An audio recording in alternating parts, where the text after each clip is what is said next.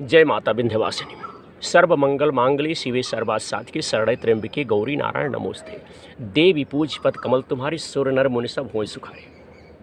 समस्त देशवासियों को चैत्र नवरात्र का यह जो महान पावन पर्व चल रहा है, इसकी ढेर सारी शुभकामना। माता जी समस्त माताओं की गोद जो है भरे, परिवार में सुख शांति रहे। साथियों, कार्यक्रम को आगे बढ़ाने से पहले गुरुदेव महाराज की जय हो, काशी विश्वनाथ में विराजमान भगवान देवादिदेव भगवान भोलेनाथ की जय हो, हमारे माता पिता की जय हो, अयोध्या धाम की जय हो, चित्रकूट धाम की जय हो, द्वारिकाधीश की जय हो। जय जय शिव शंकर भोलेनाथ, जय माता दी। साथियों, हिंदू धर्म में बहुत से शक्तिपीठ हैं और उन्हीं शक्तिपीठों में एक कामाख्या देवी का मंदिर है। बहुत से हमारे भाई लोग कामाख्या गए होंगे और कुछ लोग कामाख्या नहीं गए होंगे, कामाख्या का नाम सुने होंगे। तो आइए कामाख्या से संबंधित कुछ जानकारी इस वीडियो के माध्यम से मैं अपने भाइयों को देने का प्रयास कर रहा हूँ। साथियों, राजस्वला स्त्री मासिक धर्म एक स्त्री की पहचान है। यह उसे पूर्ण अस्तित्व जो है प्रदान करती है, लेकिन फिर भी हमारे समाज में राजस्वला स्त्री को अपवित्र माना जाता है। महीने के जिन दिनों में वह मासिक चक्र के अंतर्गत आती हैं, उसे किसी पवित्र कार्य में शामिल नहीं किया जाता है। उसे किसी भी धार्मिक स्थल पर जाने की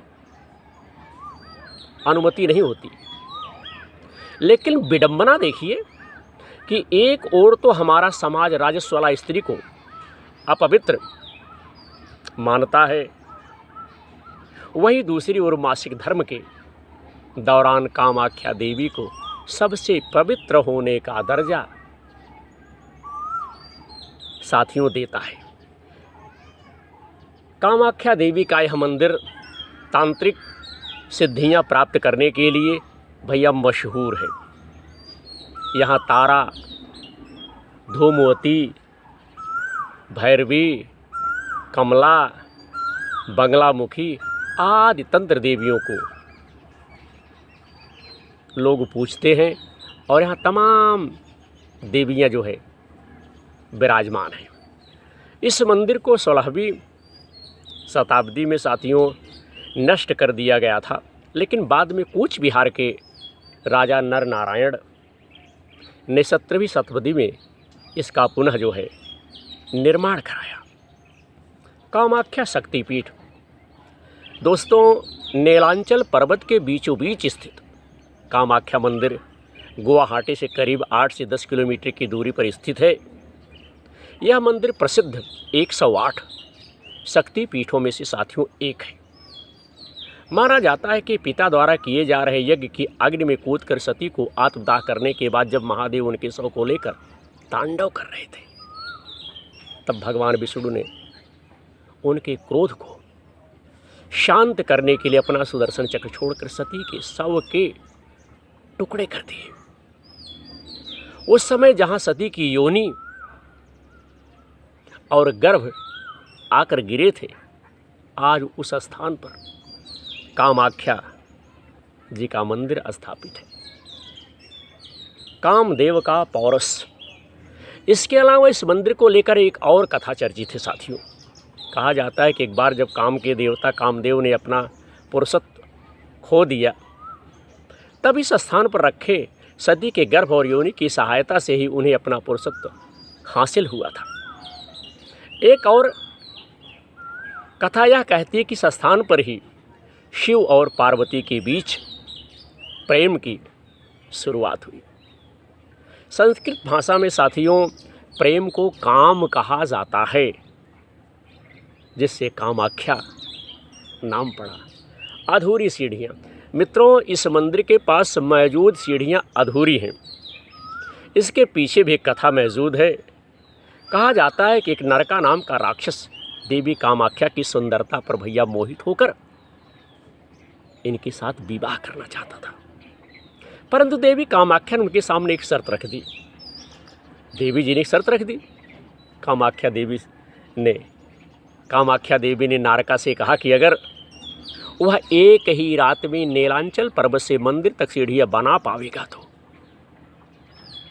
वह उससे विवाह जो है करेंगी।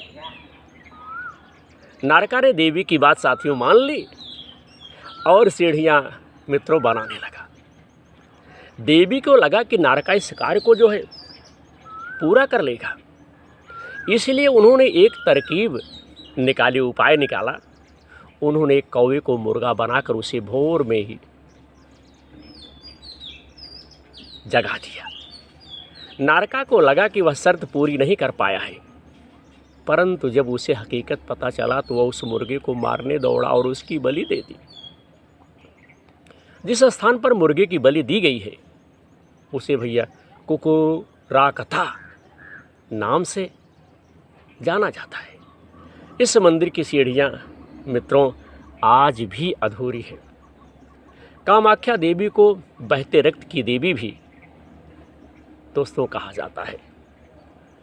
इसके पीछे मान्यता यह है कि यह देवी का एकमात्र ऐसा स्वरूप है जो नियमानुसार प्रतिवर्ष मासिक धर्म की चक्र में आता है।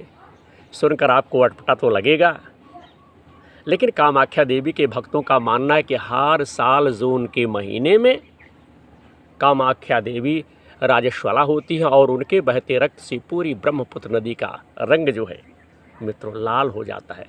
निषेध है मंदिर में प्रवेश। इस दौरान 3 दिनों तक यह मंदिर बंद हो जाता है, लेकिन मंदिर के आसपास अब्बुवाची पर्व मनाया जाता है।